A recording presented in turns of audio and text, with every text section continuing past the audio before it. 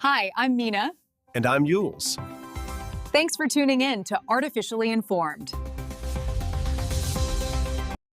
Welcome back to the deep dive. If you feel like your news feed lately is just this wild ride between, I don't know, subatomic particles and total global chaos. You're not wrong. Yeah. Slight chuckle. It's definitely a broad spectrum. Absolutely. And that's what we're tackling today. We've got this incredible stack of developments taking us from literally ripples in space-time. Yeah, amazing stuff. All the way to the, frankly, tragic details of ignored warnings before a school incident.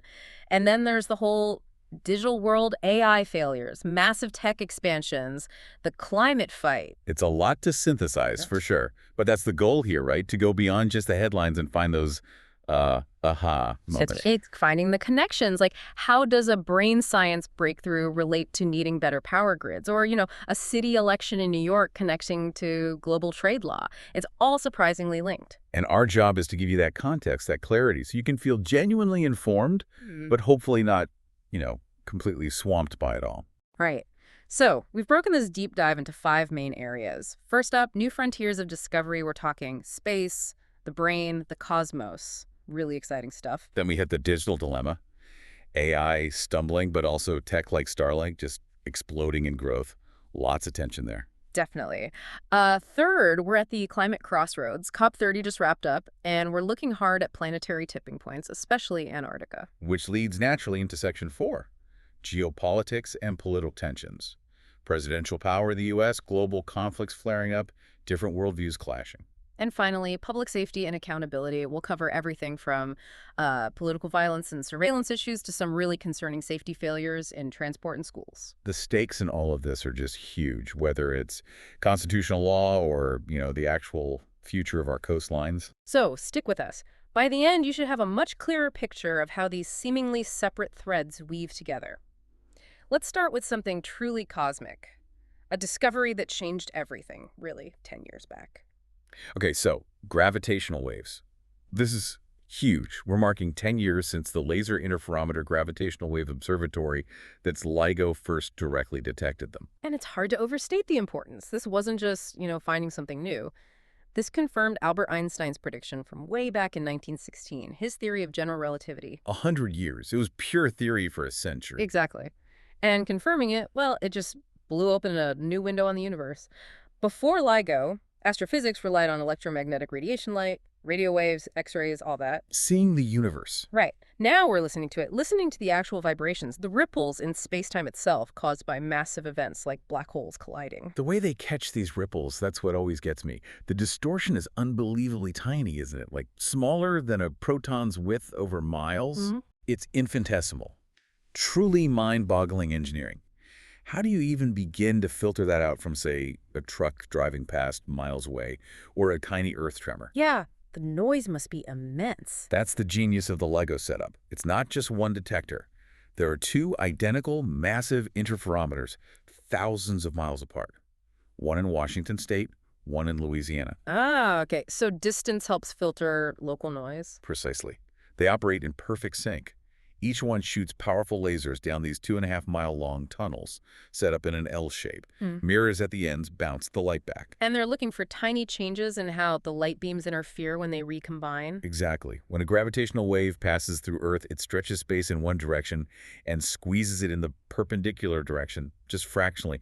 This changes the length of one tunnel arm relative to the other by that tiny, tiny amount. So the light travel time changes? Minutely. And that creates a detectable shift in the interference pattern of the laser light. But the key is, a real cosmic signal has to hit both detectors. Right. Separated by thousands of miles. Yes. With the correct time delay, based on the speed of the wave, which is the speed of light, and the signal pattern has to match the specific chirp predicted for events like merging black holes. A truck in Louisiana won't make the same signal in Washington at the right time. Incredible filtering. So over this past decade, how much have they actually heard? It's been revolutionary. LIGO, along with its partners like Virgo in Italy and Kagura in Japan, they've detected something like 300 confirmed events now. Mostly merging black holes, but also neutron stars colliding. Wow, 300 cosmic collisions. It's like we suddenly tuned into the universe's bass notes. That's a great way to put it. We're accessing information about the most energetic events in the cosmos that were completely invisible to us before. And, it's not just for the scientists. Oh, how so? Well, there are citizen science projects like Black Hole Hunters and Gravity Spy. They actually let regular people, enthusiasts like you, help sift through the enormous amounts of data LIGO generates, classifying potential signals. That's fantastic. So you can actually contribute to this cutting-edge astrophysics from your laptop. You absolutely can. It connects this really high-level science directly back to public curiosity and engagement. It's a brilliant model. Okay, so from the biggest scales imaginable, let's zoom right into the 3-pound universe inside our skulls. There's new research on mapping the mind. Yes, really fascinating developments. It's about how the specific patterns of connections in your brain, the wiring, essentially can predict complex cognitive functions. Things like language ability, memory recall, even higher order thinking. With more accuracy than before, right? Significantly more, it seems. This goes beyond the older approach of just seeing which brain area lights up on an fMRI scan when someone does a task. This is looking at the quality and the pattern of the connections between regions. So not just where the activity is, but how strong the pathways are. Exactly. The core idea is that every brain region has what they call a unique connectivity profile. Think of it like not just a roadmap, but a personalized high-speed rail network. These networks get refined and optimized as we develop over years. So the research suggests that the tighter, the more efficient, the more synchronized these connections are in specific networks. The better you are at the skills those networks support, like language or memory. That's the idea. Better wiring supports better function. It's about the individual neural architecture. So if we can map these connectivity fingerprints in healthy individuals, what does that mean for, say, diagnosing cognitive disorders? The potential seems huge. It really is. This could be a major step towards personalized neurology or psychiatry. Imagine someone struggling with memory problems. Right. Instead of just relying on subjective reports or standard cognitive tests, doctors could potentially compare that person's unique brain connectivity profile to, say, a database of thousands of others, including those with diagnosed memory disorders. So you could pinpoint specific weaknesses in their neural wiring? Potentially, yes. It allows for a much more granular diagnosis. And beyond diagnosis, think about treatment. You could perhaps develop cognitive therapies or interventions designed to strengthen specific, measurable neural pathways, rather than just general brain training. Like neurological PT, targeted at specific connection points. That's a good analogy. It's aiming for neurological engineering, really. Optimizing or repairing those specific connections. Still early days, but very promising. Okay, let's zoom back out to space, but with a much more immediate, practical concern, space debris. There was an incident involving China's Shenzhou 20 mission. Yeah, reports indicate their crewed mission's return to Earth was delayed. The reason given: a possible strike by a piece of orbital debris. Just a delay, thankfully, but it highlights a growing problem, doesn't it? Absolutely. This isn't just some minor inconvenience. Space junk, even tiny pieces, is traveling at incredible speeds, thousands of miles per hour. Hypervelocity bullets, essentially. Exactly. A fleck of paint at orbital velocity can cause serious damage to a satellite. And when you're talking about cruise spacecraft, the risk is obviously magnified immensely. It's a direct threat to human life up there. And this problem is only getting worse, right? With more and more satellites being launched. Dramatically worse. Yeah. And we'll definitely touch on this again when we talk about Starlink later. But the analysis is stark. As more countries, and especially private companies, launch these huge mega constellations of satellites into low Earth orbit. The orbital highways get dangerously crowded. Dangerously crowded and increasingly hazardous. We urgently need better global systems for tracking debris, for managing orbital traffic, and maybe even for actively removing the most dangerous pieces. It's becoming a critical infrastructure and safety issue for everyone operating in space. It really is. If we don't get a handle on it, we risk creating a cascading collision scenario, the Kessler syndrome, that could render certain orbits unusable for generations. It's a serious global concern. Okay, from the physical threat of space debris, let's land squarely in the digital realm. We hear so much hype about artificial intelligence, AI, replacing humans, doing complex jobs. But a recent Microsoft experiment threw some cold water on that, didn't it? It certainly provided a reality check, a cautionary tale, perhaps. Microsoft set up this fascinating test bed, a synthetic marketplace, basically a fake digital economy populated by AI agents acting as buyers and sellers. So they wanted to see how these advanced AIs would handle a dynamic market. Things like setting prices, negotiating deals, adapting to changing supply and demand. Exactly. Could these agents operate autonomously and effectively in a complex, fluid environment that mimics real-world economic interactions? And the results were less than stellar. That's putting it mildly. Slight chuckle. The reports describe the AI agents really struggling. They showed, frankly, a surprising lack of basic reasoning in many situations. They just weren't versatile or robust enough for the complexities involved. So where did they fall down specifically? Was it just bad coding? It seems to go deeper than that. It wasn't just about calculation errors. They really struggled with adaptive strategy. When the market conditions changed in unexpected ways, the AIs often got stuck. Stuck how? They'd optimize for a very narrow, immediate goal, like selling one item quickly, but completely miss the bigger strategic picture. They couldn't adapt their overall approach when the underlying dynamics shifted. It's called getting trapped in a local optimum. Ah, okay. They couldn't see the forest for the trees, basically. Very much. It highlights a key limitation of current AI. These systems are amazing at pattern recognition, at generating text or images based on the vast amounts of data they're trained on. But that's different from genuine understanding or flexible reasoning. Very different. They still lack that adaptive, generalized intelligence needed for truly complex, unpredictable, open-ended environments like a real market. So this serves as a pretty important counterpoint to all the hype about artificial general intelligence, AGI, being just around the corner. Absolutely. It underscores the significant gap that still exists. And it's a warning, really, about deploying these systems too quickly or with too much confidence in critical areas. If they struggle in a simulated market, imagine the risks in, say, real financial systems or complex logistics. The consequences of failure could be enormous. Exactly. Premature trust could be very costly. And speaking of costs and consequences, we need to talk about the ethical minefield AI presents. A BBC investigation uncovered some deeply disturbing examples of AI chatbots generating harmful content. Yes, this was alarming. It highlights the very real dangers lurking within these powerful language models if they aren't properly constrained or monitored. The investigation focused on two particularly shocking cases. The first involved someone seeking mental health support. And the chatbot they interacted with actually generated responses that hinted at or even seemed to encourage self-harm and suicide. Just horrific. Absolutely terrifying. And the second case, Arguably even more disturbing.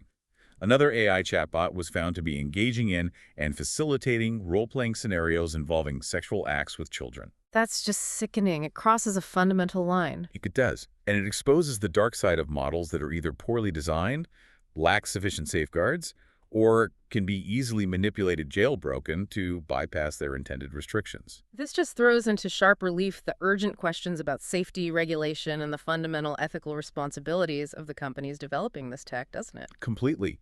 How are we integrating these systems, which are clearly capable of generating incredibly harmful output, into everyday life without robust safety nets?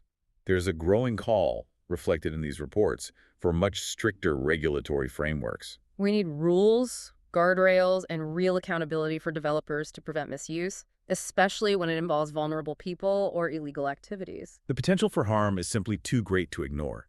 We need to ensure these systems can't easily be turned into tools for abuse or spreading dangerous content. Okay, let's shift from AI's failures and ethical dangers to a story of massive technological success and expansion SpaceX's Starlink. They've hit some major milestones recently. Huge milestones. They announced they now have over 8 million customers globally for their satellite internet service, and they just secured a massive spectrum deal with EchoStar, valued at around $17 billion. Wow, 8 million customers already. And that EchoStar deal, that's not just about the money, is it? It's strategic for their future plans. Very strategic. It's primarily about bolstering their capacity for direct-to-cell D2C services. That's the next big push for Starlink. Explain that direct-to-cell. It means providing internet connectivity directly from their satellites in orbit to standard, unmodified mobile phones on the ground. No special dish needed. So bypassing traditional cell towers entirely? Exactly. The goal is to eliminate mobile dead zones pretty much anywhere on the planet. Mountains, oceans, remote rural areas. If you can see the sky, you could potentially get a connection. That's a game changer for global connectivity. The scale of their operation is already immense, isn't it? It's staggering. They currently have over 7,600 active satellites in low Earth orbit. The plan is to get to 12,000 relatively soon, with approvals for potentially up to 34,400 in the long run. 34,000 satellites? That's just hard to even picture. It completely dominates the orbital environment, and its strategic importance is undeniable. We saw how crucial Starlink was for maintaining communications in Ukraine during the conflict with Russia. Defense departments worldwide are paying very close attention. But this rapid expansion isn't without its critics or downsides, right? The astronomers, for instance. That's a major point of friction, yes. Astronomers are deeply concerned. Firstly, about the sheer brightness of these thousands of satellites. They create streaks of light that interfere with sensitive observations from ground-based telescopes, potentially hampering scientific discovery. Light pollution from space. Essentially, yes. And secondly, going back to our earlier point, there's the dramatically increased risk of collisions in an already crowded orbit. More satellites mean more chances of accidents, creating even more dangerous debris. So it's this constant tension. The push for ubiquitous global internet versus preserving the space environment and scientific observation. It's a complex trade-off, and the debate is getting more intense as these constellations grow. Now let's come back down to Earth. The digital economy might seem virtual, but it relies on very real physical infrastructure. And there's a bottleneck emerging. A significant one, particularly noticeable in Europe, the Middle East, and Africa, the EMEA region. Reports show a marked slowdown in the growth of new data center capacity in the first half of 2025. A slowdown. But demand for digital services, streaming, cloud storage, AI processing, that's only going up, isn't it? It's surging. That's the paradox. The demand is there, booming even, but building new data centers to meet it is hitting a wall. And the wall is power. Primarily, yes, power supply constraints. Yeah. Building and running these massive data centers requires enormous amounts of electricity, 247. In many regions, the existing power grid simply can't handle the extra load, or getting new large-scale power connections approved and built is taking too long. So the digital revolution is literally being limited by the electrical grid. In many places, yes. It highlights how dependent the virtual economy is on very tangible physical infrastructure. You can't run massive AI models or stream countless videos without the raw power to support the servers. The grid is becoming a critical limiting factor for tech growth. That really puts things in perspective. And related to enabling tech, you mentioned a smaller company, Subtle Computing. They got funding for something specific. Yes, they raised about $6 million in seed funding. Their focus is on voice isolation models. Voice isolation, what's the application there? Think about using voice commands or AI assistants in noisy places, a factory floor, a busy street, a hospital emergency room. For AI to understand commands accurately in those environments, it needs to be able to isolate the human voice from all the background clamor. Ah, okay. So it's about improving the quality of the input for AI in real-world messy situations. Exactly. It's a key enabling technology if we want AI to function reliably outside of quiet labs or offices. If AI struggles with basic reasoning, as we saw with the Microsoft test, you at least need to make sure it's hearing the instructions clearly. Clean input is vital. Makes sense. Foundational tech is crucial. Absolutely. Especially if we're pushing AI into more complex and uncontrolled environments. Okay, finally in this section, let's talk about a different kind of digital dilemma involving global trade, ethics, and fast fashion. The Chinese retailer Shein is facing controversy in France. Yeah, Shein is a fascinating case study. They just opened their first physical store in Paris, which is a big move for the typically online-only giant. But it comes amid multiple serious controversies. What's the core tension with Shein? It's this deep paradox. On one hand, they offer incredibly cheap, trendy clothes delivered fast. That has massive appeal, especially for younger consumers and those on a budget. It's democratized fashion in a way. But the other hand is pretty heavy, ethically speaking. Very heavy. They face intense criticism on several fronts. One is the environmental impact. The sheer volume of cheap clothing encourages a disposable culture, leading to massive textile waste. Another is the persistent concern about labor practices in their supply chain transparency is often lacking. And France is pushing back hard now. Very hard. The French government is taking a particularly strong stance. They're urging the entire European Union, EU, to impose sanctions on Shein. Sanctions over what specifically? The trigger seems to be the reported sale of controversial childlike sex dolls on Shein's platform. France argues this violates strict EU regulations on product safety, child protection, and harmful content. Wow, okay. That's serious. Extremely. Beyond pushing for EU action, Paris prosecutors have opened their own investigation into Shein's practices. And the French government even took steps to suspend Shein's online operations in France temporarily. Suspend their website? Yes. demanding that the company prove it fully complies with all French laws covering not just product safety, but also consumer rights, environmental standards, the whole package before being allowed back online. That's a powerful move, sending a clear message. It really is. It underscores that even massive global e-commerce players aren't above local laws and ethical standards. France is basically saying, if you want to sell here, you play by our rules, especially concerning safety and ethics. It highlights the growing friction between globalized fast fashion and national regulatory concerns. That Shine situation, with its focus on consumption and environmental impact, transitions us neatly into our next section, the global climate crisis. The COP30 UN Climate Summit recently took place in Belém, Brazil. The location itself was significant, wasn't it? Highly significant. Belém is right at the mouth of the Amazon River, a gateway to the Amazon rainforest. Choosing it as the host city was a very deliberate move by Brazil's President Lula. To put the Amazon front and center. Exactly. It forces the negotiators, the world leaders, everyone involved to confront the climate crisis right where its impacts on biodiversity and indigenous communities are most stark and immediate. It grounds the often abstract discussions in the tangible reality of the rainforest. The focus was meant to be on that intersection: climate, biodiversity, and social justice. But despite the symbolic location, the overall mood wasn't exactly optimistic, was it? There is a pretty grim assessment from the UN. Yeah, the backdrop was quite sobering. The UN officially acknowledged that, based on current trajectories and commitments, exceeding the crucial 1.5 degrees Celsius warming limit is now considered effectively inevitable, at least temporarily. An overshoot is expected. That's a major admission. So what's the goal now? The push, strongly articulated by UN Secretary General Antonio Guterres, is for incredibly urgent action to peak emissions immediately, achieve net zero globally as fast as possible, and then actively work to bring temperatures back down below 1.5 degrees by the end of the century. Pulling the temperature back down, that sounds like a monumental task. It's a colossal undertaking, requiring not just emissions cuts, but likely large-scale carbon removal technologies as well. And adding to the challenge were notable geopolitical tensions at the summit. Like the absence of the U.S. delegation? Yes, that drew significant criticism, particularly from regional leaders. Chile's President Boric and Colombia's President Petro were quite vocal, framing President Trump's climate stance and the U.S. absence as a major obstacle to unified global progress. President Lula himself emphasized the need for political rhetoric to finally align with the lived realities of climate change being felt by communities right there in the Amazon. So, amidst this challenging atmosphere, were there any concrete initiatives launched? What about that Forest Protection Fund? Yes, one of the headline announcements was the Tropical Forests Forever Facility, or TFFF. This is a Brazil-led initiative, but designed to be global. And the idea is to pay countries to keep their forests standing. Essentially, yes.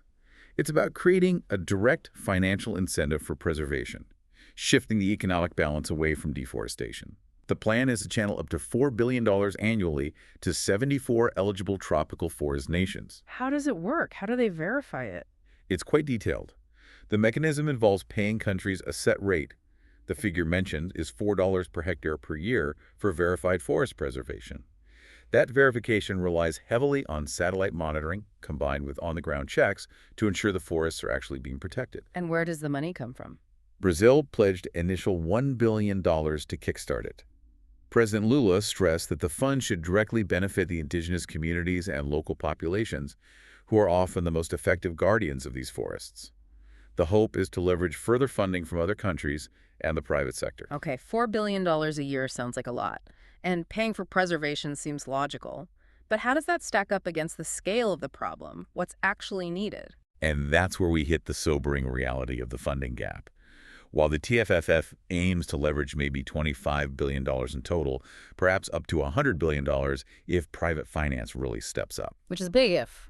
A very big if. Yeah. The United Nations Environment Program, UNEP, paints a much starker picture. Their estimates suggest that global annual investment needed for climate adaptation and mitigation has to jump from around $84 billion currently to roughly $300 billion per year by 2030. $300 billion. So doing the math, that leaves a shortfall of over $200 billion a year. Yeah, a critical gap of about $216 billion annually. Wow. And what does failing to close that gap mean in practical terms? It means the climate crisis accelerates. It means we lose biodiversity faster, we cross planetary tipping points sooner, and the goal of stabilizing at 1.5 degrees becomes increasingly remote.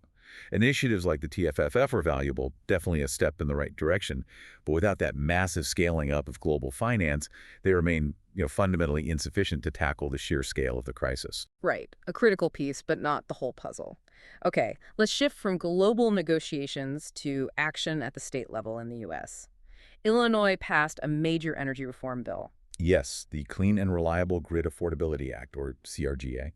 This passed in late 2025, and it's a really significant piece of state-level energy policy. What prompted it? Was there a specific trigger? It was largely driven by necessity. Illinois consumers got hit with some pretty hefty electricity rate hikes, between 10 and 22% the previous summer. So the act has two main goals: bring down consumer costs and put the state firmly on track for 100% renewable energy by 2050. Okay, ambitious goals. How does the act actually try to achieve that? What are the mechanisms? It introduces some key structural changes. A really important one is mandating an integrated resource plan, or IRP. An IRP, what's Yeah. that? It essentially forces the utility companies to do much more rigorous long-term planning. They have to use sophisticated modeling to forecast energy demand and figure out the most cost-effective and reliable way to meet that demand over decades. Integrating renewables, managing the grid, optimizing power purchases, it imposes discipline. So less reactive, more strategic planning. What else? But another crucial piece, especially for integrating renewables, is a requirement to build battery storage alongside community solar projects. Why is storage so important? Because solar and wind power are intermittent, the sun doesn't always shine, the wind doesn't always blow. Batteries store excess energy when production is high and release it when it's low, smoothing out the supply and making the grid much more stable and reliable as you add more renewables. Got it. And the act also addressed nuclear power, I understand. Yes, that was a significant and somewhat controversial element. It lifted Illinois' long-standing moratorium on constructing new nuclear power plants. Opening the door for new nuclear. Potentially, yes, particularly for newer, possibly smaller, advanced reactor designs. It reflects a pragmatic view held by some that achieving 100% clean energy reliably might require a firm, non-carbon baseload power source, which nuclear provides, alongside renewables and storage.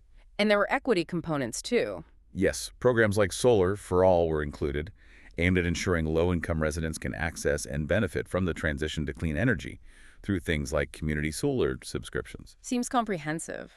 But not everyone was happy. The manufacturers, for example. Right. The Illinois Manufacturers Association, IMA, voiced strong opposition. Their main concern was cost. They argued it would make energy more expensive for industry. Essentially, yes. They worried that the mandates for things like extensive battery storage and the complexities of the IRP process would ultimately drive up operational costs for manufacturers in the state, potentially making them less competitive. They advocated for a slower transition, perhaps relying less heavily on mandated storage initially. It's that classic tension between aggressive climate action and immediate economic impact concerns. A difficult balance to strike. Now, the urgency behind acts like this comes from the real-world impacts we're seeing. Let's talk about planetary tipping points. Antarctica sounds particularly alarming. It is deeply alarming.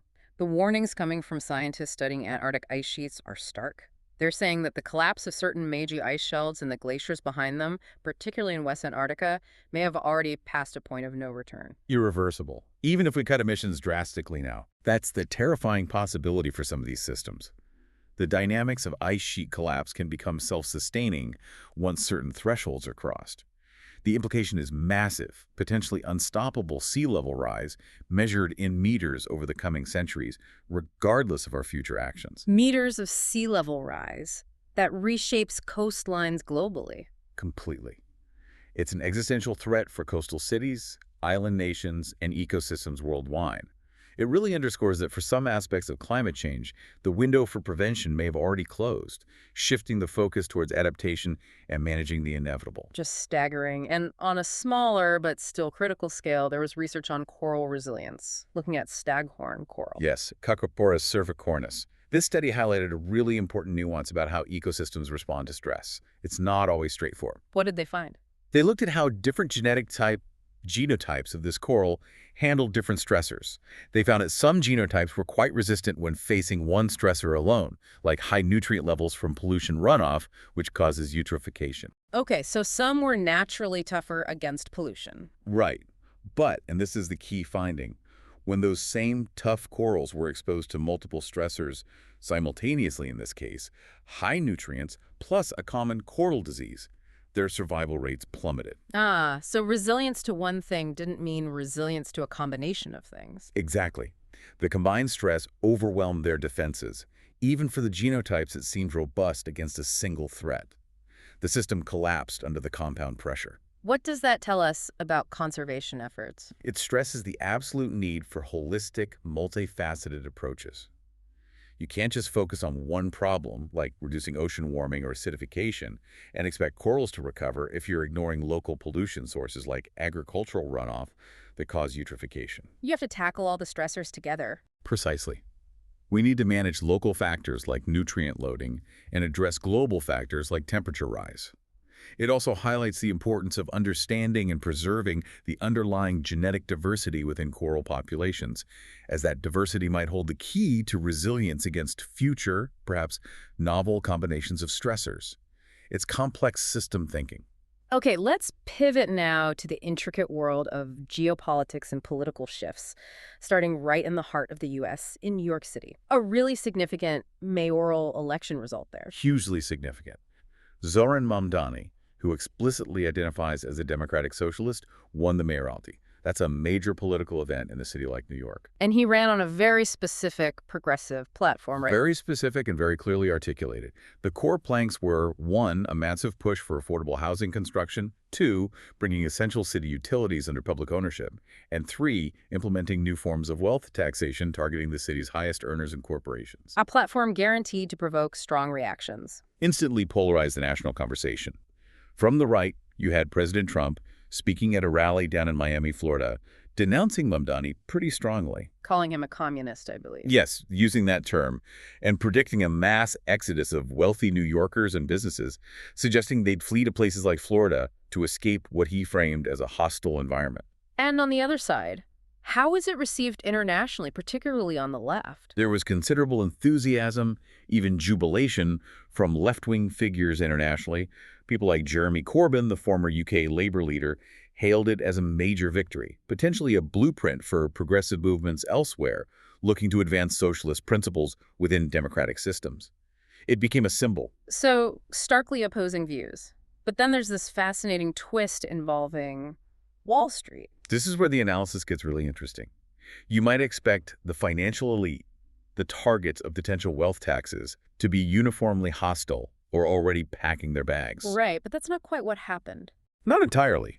Prominent Wall Street figures, people like Jamie Dimon from JPMorgan Chase, Bill Ackman, a major hedge fund manager, they extended, if not outright support, then at least a degree of pragmatic openness towards Mamdani and his administration. That seems counterintuitive. Why would they do that? Why engage with an agenda that includes taxing them more? It likely comes down to pragmatism and long-term stability. Wall Street, fundamentally, needs New York City to function. They need reliable infrastructure. Maybe public utilities could provide that more consistently. They need a stable social environment. And affordable housing plays into that. Absolutely. If the city becomes so expensive that essential workers, teachers, nurses, service staff, even their own junior analysts can't afford to live there, the entire economic engine starts to sputter.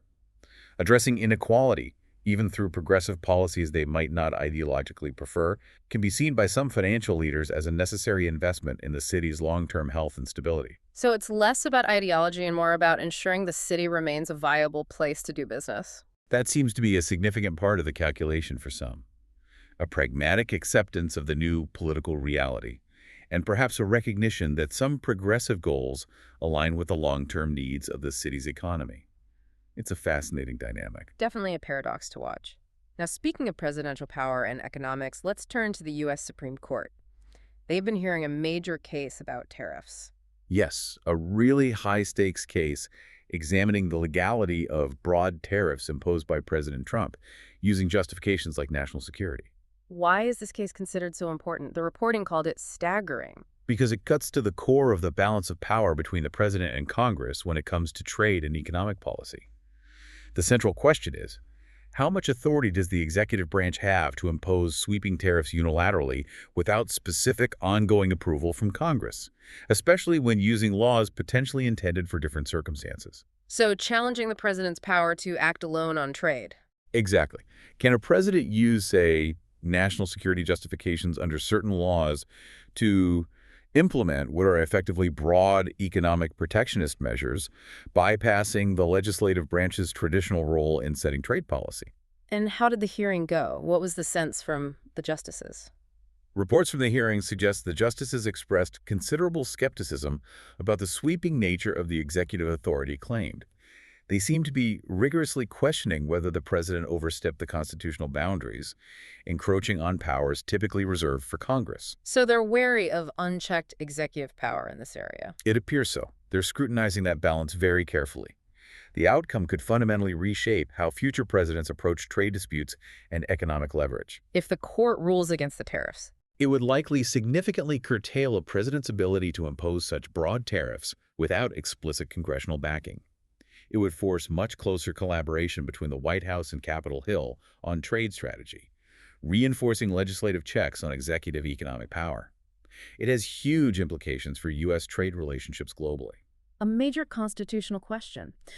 Meanwhile, back on Capitol Hill, the U.S. government itself is facing internal gridlock, another potential shutdown looming. Yes, the familiar drama continues. Yeah. Senate negotiations are ongoing, trying to find a way to fund the government and avoid a shutdown. But the divisions are deep. What are the sticking points this time? A key issue remains funding related to the Affordable Care Act, or Obamacare. House conservatives, while potentially open to a broader funding deal, are digging in their heels against what they term wasteful subsidies within that program. Speaker Johnson has expressed skepticism about meeting the looming December deadline because of these divisions. So ideological battles are holding up basic government funding. What are the potential compromises being floated? It's a complex negotiation. Some GOP proposals reportedly include measures like potentially reversing recent large-scale firings of federal employees, trying to find common ground. On the other side, you have the hardline House Freedom Caucus pushing for a much longer-term stopgap measure, basically kicking the can down the road for a full year. It sounds like a recipe for continued uncertainty. It certainly creates instability.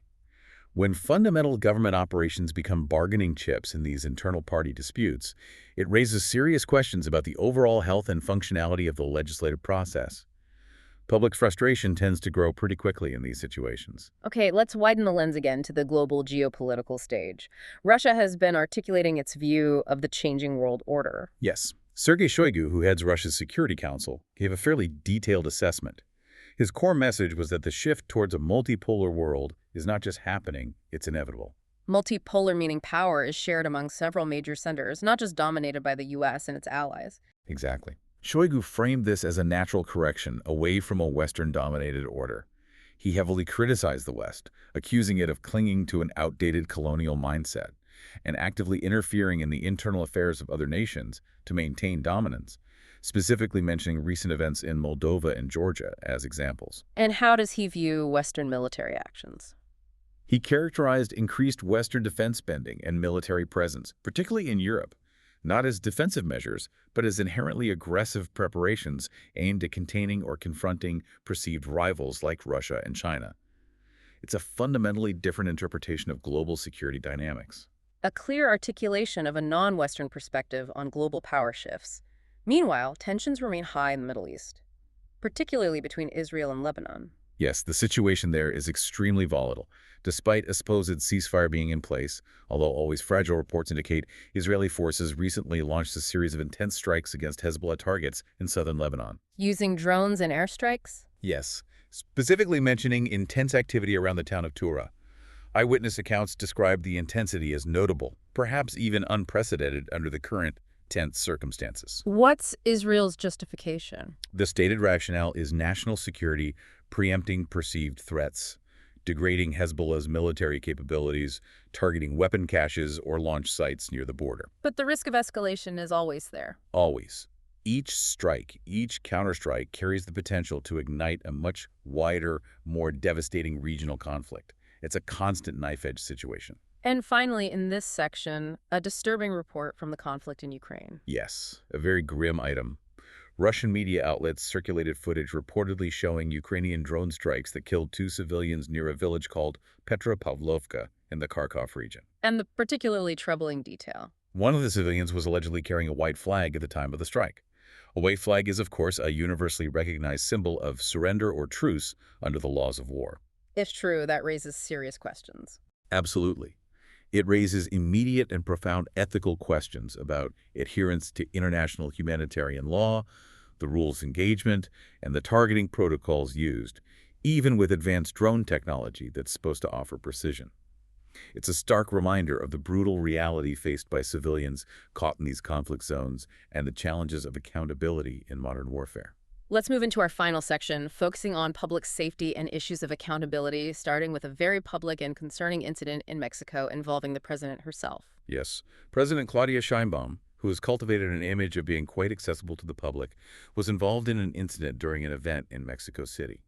A man in the crowd apparently attempted to grope and kiss her. That's shocking, especially for a head of state. How did she respond? The man was quickly apprehended by her security detail. President Sheinbaum, who has made championing women's rights a key part of her political identity, filed a formal criminal complaint against him. But she also used the incident to announce a broader national campaign against sexual harassment. Turning a personal violation into a national issue. Exactly. She acknowledged publicly that her preferred style of leadership, being approachable and amongst the people, inherently comes with security risks and challenges, particularly in a country grappling with high levels of public violence and machismo culture. It was a very direct confrontation of the issue. And that backdrop of violence against officials in Mexico was tragically underscored by another event around the same time. Yes, the assassination of Carlos Alberto Manzo, the mayor of Uruapan, a city in Michoacan state. How was he killed? He was shot by a 17-year-old assailant who was subsequently killed by the mayor's security team. The prosecutor investigating the case, Carlos Torres Pina, stated that the young gunman was known to be addicted to methamphetamine and had clear links to organized crime groups, specifically drug cartels operating in the region. So a direct link to the cartels targeting officials. It appears so. It's a grim reminder of the extreme danger faced by politicians and officials in many parts of Mexico who try to stand up to or operate independently of powerful criminal organizations. The level of violence is severe. Shifting from physical safety to cybersecurity and surveillance, there was a report about spyware targeting a political consultant in Italy. That's right.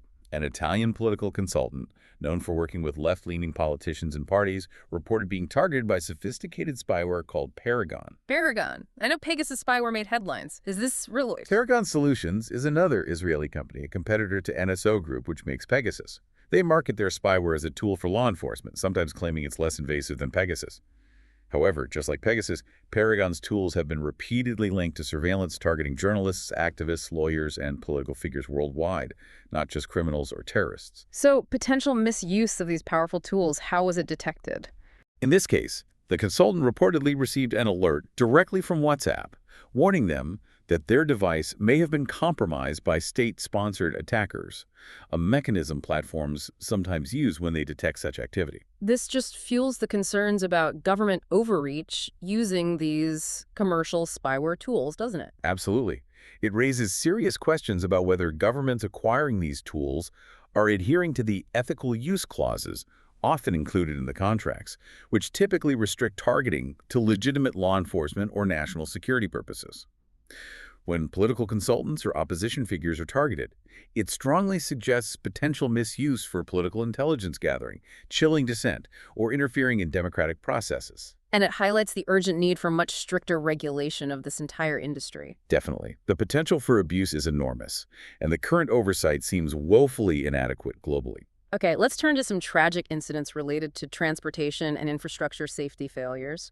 First, a major train crash in India. Yes. A devastating collision occurred near Bilaspur in the state of Chhattisgarh.